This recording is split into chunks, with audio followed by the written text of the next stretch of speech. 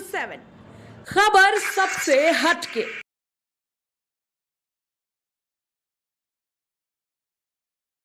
वक्फ board के अधिकारों को लेकर एक संशोधन बिल जो है वो केंद्र सरकार सदन के पटल पर रखने जा रही है।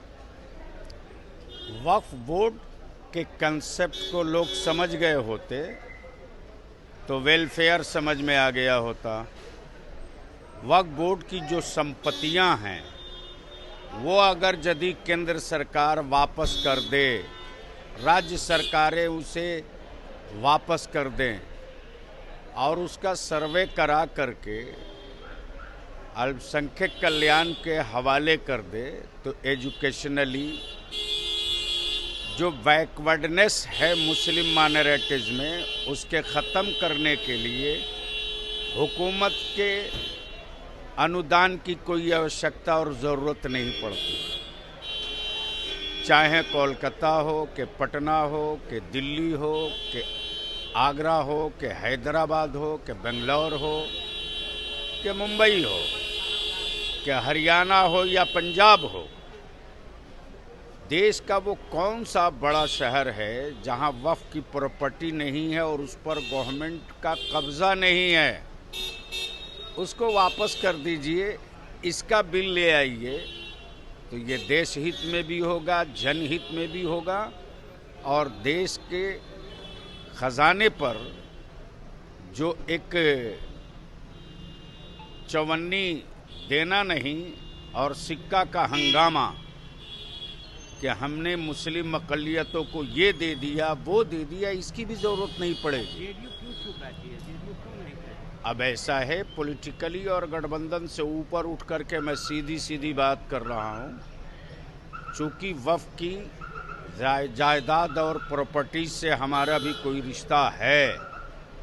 वक्फ तो किया जाता है कि गवर्नमेंट की निगरानी में उसका सही इस्तेमाल हो।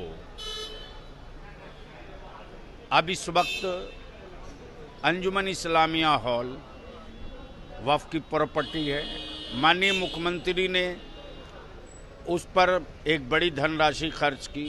इस वक्त वो पूरे देश में मॉडल बना हुआ है, तो उससे शैक्षणिक, आर्थिक, सामाजिक कार्यों के लिए कितना बड़ा योगदान होगा, इसकी भी पहले समीक्षा कर लेनी चाहिए। केंद्र सरकार की तरफ से कहा जा रहा है कि वक्फ के पास एक बहुत बड़ी प्रॉपर्टी का हिस्सा है और दूसरी तरफ मुस्लिम पर्सनल लॉ बोर्ड कर रहा है कि ये चेंज हम लोग तो मान ही नहीं सकते। ऐसा है कि इसमें चेंज करने का उनको राइट ही नहीं है। अब अगर चेंज करना चाहते, पूरा संविधान ही जब चेंज करने की तैयारी है, जब पूरा संविधान ही चेंज करने की तैयारी है तो ये वक्फ और ये वो क्या है?